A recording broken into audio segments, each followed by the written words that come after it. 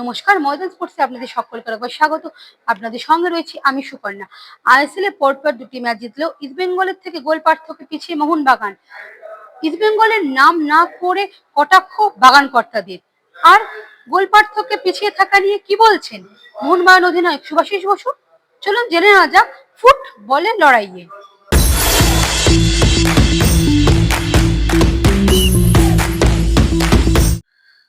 প্রথম দুটো ম্যাচে জয় পেয়েছে দুই প্রধানই, কিন্তু গোল পার্থক্যে এগিয়ে ইস্টবেঙ্গল। কারণ তারা দুই ম্যাচে 7 গোল করেছে, হজম করেছে একটি গোল। সেখানে মোহনবাগান দুই ম্যাচে সংগ্রহ তাদের 4 গোল। যেভাবে চেন্নাইয়ের বিরুদ্ধে মোহনবাগান 2 গোলে জিতেছে, তাতে কিন্তু বেশ আশাবাদী ক্লাবের কর্তা থেকে সদস্য সমর্থকরা। ম্যাচ শেষে অবশ্য রেফরিকে যেমন তীর বিঁধলেন ক্লাবের কর্তারা, তেমনই বলছেন স্লো বাট স্টেডি হয়ে এগিয়ে যাওয়া হচ্ছে এবার মোহনবাগান। কি বলছেন বাগানের সভাপতি দেবাশিস দত্ত এবং সচিব সৃঞ্জয় বসু? লিগ আমার মনে হয় কচ্ছপের গতিতে এগোনোই ভালো। অনেকে খরগোশের গতিতে এগিয়ে লাফালাফি করছে, কিন্তু কচ্ছপের গতিতে এগোলেই শেষ পর্যন্ত 1 নম্বর স্থান পাওয়া যায়। না, এবছরের দিমি ডেফিনেটলি ভালো খেলছে, অনেক লোড নিচ্ছে এবং গোলটাও করেছে। তবে আমি এটা কোচের বেশি বলবো, কারণ কোচ ওকে মোটিভেট করে, আপনি দেখবেন তিনি অনেকটা ওজনও কমিয়েছে গত বছরের থেকে। তো আমি এটাকে কোচকে ক্রেডিট দেবো যে কোচ ওকে মোটিভেট করে এই জায়গায় আবার দিমিকে ফিরিয়ে আনতে সাহায্য করে। শনিবার মিনি ডার্বি, মোহামেডানের বিরুদ্ধে ম্যাচ। ইস্টবেঙ্গলের থেকে গোল পার্থক্য পিছিয়ে, তবে ওইসব নিয়ে ভাবতে রাজি নয় মোহনবাগানের অধিনায়ক Shubhashis Bose.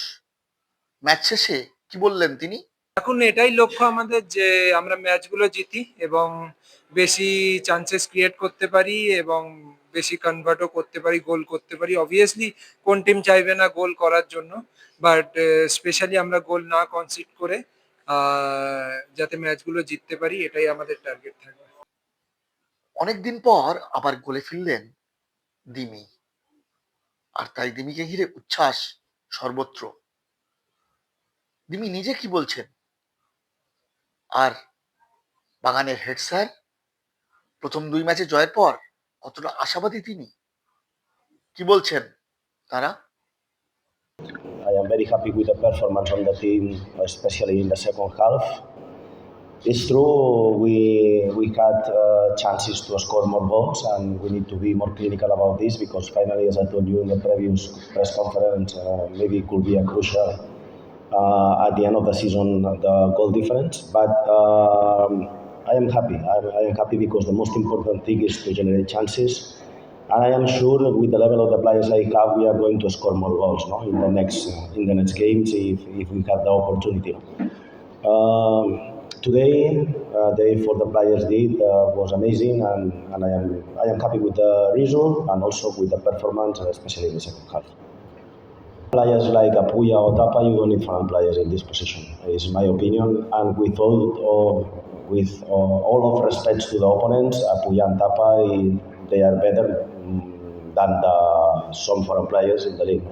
And finally, we need to give the real value to Indian players, and I think we have an amazing Indian players, not only in our squad, in another squads also, and they deserve to be our respect, because maybe there are a lot of foreign players. They are good players coming here and trying to help to grow Indian football, but the players who can help the Indian football to grow the most is the Indian players, and we have amazing Indian players.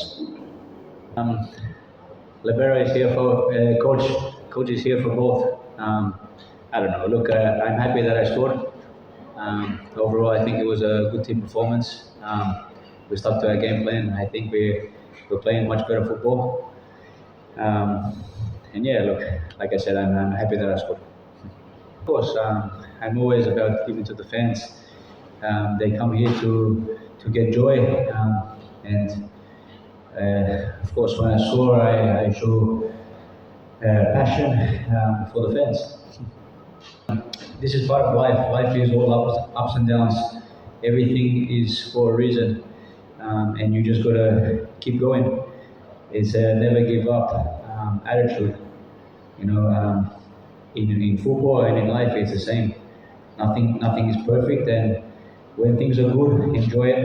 When things are difficult, it will pass. So you just gotta keep going, keep moving forward, and always go out there and do your best. যুব ভারতীতে যখন মোহনবাগান সমর্থকরা উচ্ছ্বাসে ব্যস্ত, তখন কিন্তু এক সাংবাদিক বন্ধুর জন্য নীরবতা পালন করলো যুব ভারতী প্রেস বক্স। প্রয়াত সাংবাদিক তন্ময় বন্দ্যোপাধ্যায়ের স্মরণে 1 মিনিট নীরবতা হলো। সব ভুলে এখন সবাই তাকিয়ে ইস্টবেঙ্গল ও জামশেদপুর ম্যাচের দিকে। আগামী শুক্রবার যুব ভারতীতে ম্যাচ, আর তার পরদিন অর্থাৎ শনিবার 28শে ফেব্রুয়ারি মোহনবাগান মুখোমুখি মহারানা স্পোর্টিং এর। এখন এই দুটো ম্যাচে কি করে কলকাতার দুই প্রধান, সেদিকেই সকলে তাকিয়ে রয়েছে। সুকন্যা মুখার্জি রিপোর্ট, ময়দান স্পোর্টস।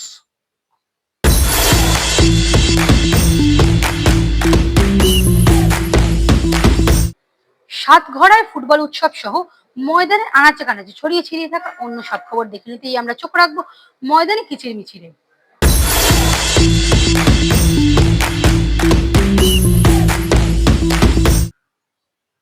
উত্তর চব্বিশ পরগনা জেলা ক্রীড়া সংস্থার উদ্যোগে শুরু হয়েছে অনূর্ধ্ব 15 সুশীল মেমোরিয়াল ফুটবল লিগ। এটি ভারতবর্ষের অন্যতম প্রাচীন ফুটবল টুর্নামেন্ট। নৈহাটির বঙ্কিমাঞ্জলি স্টেডিয়ামে এই টুর্নামেন্টের উদ্বোধন করলেন British high commissioner Andrew Fleming. ছিলেন সাংসদ পার্থ ভৌমিক, নৈহাটির বিধায়ক সনদ দে।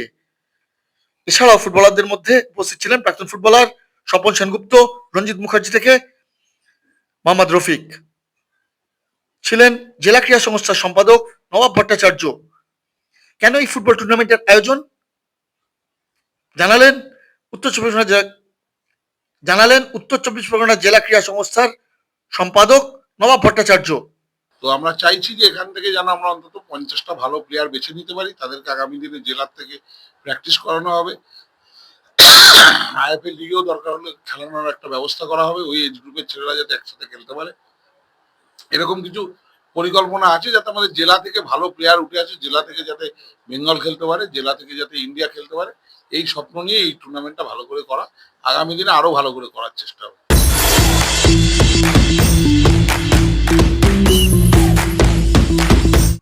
ডানকুনি সাতঘড়া বিবেকানন্দ স্পোর্টিং ক্লাবের উদ্যোগে ফুটবল টুর্নামেন্টে চ্যাম্পিয়ন ভদ্রেশ্বর ইউএসি ক্লাব। রবিবার ফাইনালে তারা 1-0 গোলে আয়োজক বিবেকানন্দ স্পোর্টিং ক্লাবকে হারিয়ে চ্যাম্পিয়ন হলো। খেলার প্রথমার্ধে বিজয়ী দলের পক্ষে জয়সূচক গোলটি করেন সৌম্য দাস। টুর্নামেন্টের সেরা খেলোয়াড়কে তুলে দেওয়া হয় ক্রীড়া সাংবাদিক অরুণ সেনগুপ্ত নামাঙ্কিত ট্রফি। পান বিবেকানন্দ স্পোর্টিং ক্লাবের রাহুল পাসওয়ান। ফাইনালে খেলোয়াড়দের হাতে পুরস্কার তুলে দেন অর্জুন খেলোয়াড় শান্তি মল্লিক, রঞ্জিত মুখার্জি, প্রাক্তন জাতীয় রেফারি ভোলা দত্ত এবং ডানকুনি থানার আইসি শান্তনু সরকার সহ বিশিষ্টরা। ফাইনাল দেখতে মাঠে উপচে পড়েছিল ভিড়। এই টুর্নামেন্টের উদ্দেশ্য কি জানালেন সাতঘড়া বিবেকানন্দ স্পোর্টিং ক্লাবের সম্পাদক রামকৃষ্ণ ঘোষ। মেনলি হচ্ছে এটা গ্রাসরুট লেভেলে আমরা কোচিং করে থাকি। সেইখান থেকে আমাদের ছেলে মেন বড় টিম বা আপার টিমে বয়স ভিত্তিক উঁচু যারা অনূর্ধ্ব 15 এই সমস্ত ক্লাবে আমাদের ছেলেরা এখানে গ্রাসরুট করে ওঠে, ওই সমস্ত ক্লাবে পাঠানো হয়। আমরা অ্যাকচুয়ালি মানে মিনি খুদেদের কোচিং করিয়ে থাকি। আর তার পরিশেষে বছরে যেহেতু একটা কোচিং চালাতে গেলে 5 জায়গায় পরিচিতির দরকার হয়, তার জন্য আমরা একটা আমন্ত্রণীমূলক ফুটবল টুর্নামেন্ট করে থাকি। এটা আমাদের 31 ইয়ার্সে পড়লো এই টুর্নামেন্টটা, এবং এখানে বিভিন্ন জায়গার টিম, বিভিন্ন ডিস্ট্রিক্টের টিমও আসে এখানে আমন্ত্রণীমূলক। নর্মালি আমরা এটা আমন্ত্রণীমূলক, এবং এটা কোচিং ক্যাম্পের যে সমস্ত যারা কোচিং চালায় সেই সমস্ত যারা বাংলারই ছেলে তারাই নর্মালি এই টুর্নামেন্টে অংশগ্রহণ করে থাকে।